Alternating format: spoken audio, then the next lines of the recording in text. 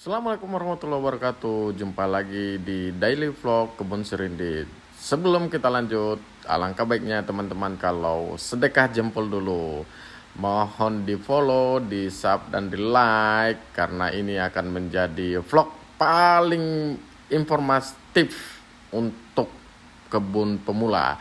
Oke teman-teman, hari ini kegiatan kita cukup banyak, luar biasa banyak. Kita akan membuat asam amino dengan budget yang minimal dan hasilnya akan menjadi luar biasa. Pertama-tama, kita sudah ada ini bahan dari keong mas yang biasa kita beli di sawah atau bila perlu kita cari sendiri gitu ya. Keong ini banyak didapatkan di sawah-sawah, di rawa-rawa atau di pinggir sungai, anak-anak sungai gitu ya. Nah ini biasanya kalau kita kasih orang suruh gitu ya, kita suruh orang biasanya paling satu karung 50.000 gitu ya. Oke, ini kita beli dari pengepul biar mereka juga dapat sedikit rezeki gitu ya. Ini kita beli sebanyak satu karung yang ukuran 50 kilogram. Nah ini kita pilah-pilah dulu, kita bagi ke bagian-bagian kecil lalu kita hancurkan karena ini nanti mempermudah kita dalam membuat proses menjadi asam amino gitu ya. Nah cangkangnya kita hancurkan dulu, kita pukul-pukul. Nah ini bebas ya mau dipukul pakai apa. Kalau kalian mau gilas dengan mobil silahkan juga. Yang pasti kami nggak punya media itu, kita hanya bisa pukul-pukul santai-santai sambil ngopi-ngopi. Oke, ini Marwin lagi semangat untuk menghancurkan keong emasnya. Nah ini biasanya kita susun tipis di dalam karung biar tidak kemana-mana gitu ya. Lalu kita pukul-pukul sampai cangkangnya lepas dari cangkangnya, dagingnya keluar gitu ya. Nah ini kita pindahkan wadahnya, nanti akan kita rebus ya. Bukan direbus tapi air panasnya kita rebus sampai mendidih. Baru nanti saat air panas sudah mendidih, ini akan kita masukkan ke dalam air panas tersebut.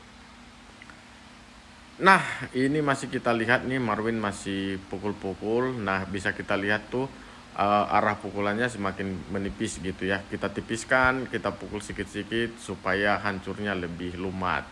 Nah informasi kawan-kawan, biasanya kita membuat asam amino itu kan dari ikan gitu ya. Tapi kali ini kita membuat dari bekicot atau keong, atau ya keong emas yang biasa disebut orang yang ada di sawah itu, sehingga budgetnya menjadi sangat murah gitu ya. Ini bisa dilihat sudah hancur. Nah karena keongnya masih banyak ya, kita pukul lagi, kita pindah karung ke karung kecil lagi supaya bisa kita hancurkan cangkangnya. Sekedar informasi teman-teman bahwa kami biasanya selalu rutin memberikan pupuk organik cair ini gitu ya.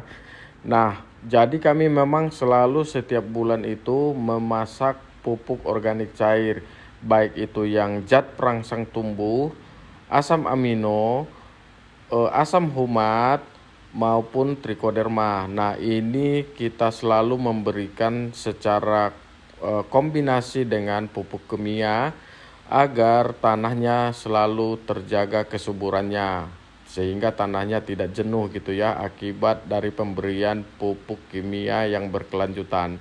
Nah teman-teman, sambil menunggu airnya matang, kita harus tetap menghancurkan cangkangnya. Bisa dilihat sudah ada satu ember tuh yang udah bersih, dibersihkan dari cangkangnya gitu ya. Nah ini kita bantu lagi Marwin menghancurkan cangkang-cangkang keong ini. Nah ini Junaidi memungutin yang jatuh gitu ya. Ini harus kita masukkan lagi ke karung. Biasanya kan orang membuat pupuk asam amino itu dari daging atau dari ikan gitu ya. Tapi kali ini kita mencoba variasi yang berbeda dengan budget yang lebih murah gitu ya. Nah ini teman-teman, kita lihat airnya sudah mendidih dan ini dicampur gula. Jangan lupa dicampur gula aren ya teman-teman ya. Supaya gula aren ini fungsinya nanti sebagai bahan makanan dari mikroba yang akan kita fermentasi tadi. Oke teman-teman, kita lihat lagi, ini adalah proses saat kita memasukkan keong yang sudah kita hancurkan tadi cangkangnya ke air panas yang sudah mendidih. Ini akan menjadi masak secara tipis-tipis gitu ya. Ibaratnya kalau telur itu telur setengah matang gitu ya. Tapi ini keong setengah matang. Nanti dimatangkan lagi oleh nenas yang sudah kita blender sebelumnya. Nah, nenas ini berguna untuk melunakkan daging ataupun cangkang dari keong yang kita masak sebagai asam amino. Nah, setelah ini tercampur dengan sempurna, ini harus kita aduk merata supaya proteinnya keluar gitu ya dari panas air yang sudah kita rebus tadi. Oke, sambil tetap kita aduk, saya ingatkan kita semua lagi, mohon di follow akun kami, diikutin, di like, baik di sosial media kami, di Facebook, di IG, ataupun di YouTube gitu ya, dengan nama akun yang sama, Kebun Serindit.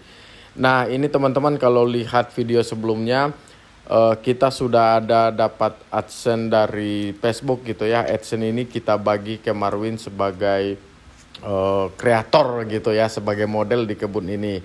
Nah, hasilnya juga kita bagi, sisanya kita buat untuk pupuk gitu ya. Oke, ini kita lihat situasi di pondok kita. Bang Jul masih melakukan merebus air. Karena jumlah keong yang kita beli itu cukup banyak, maka kita harus merebus dalam 3 bagian gitu ya.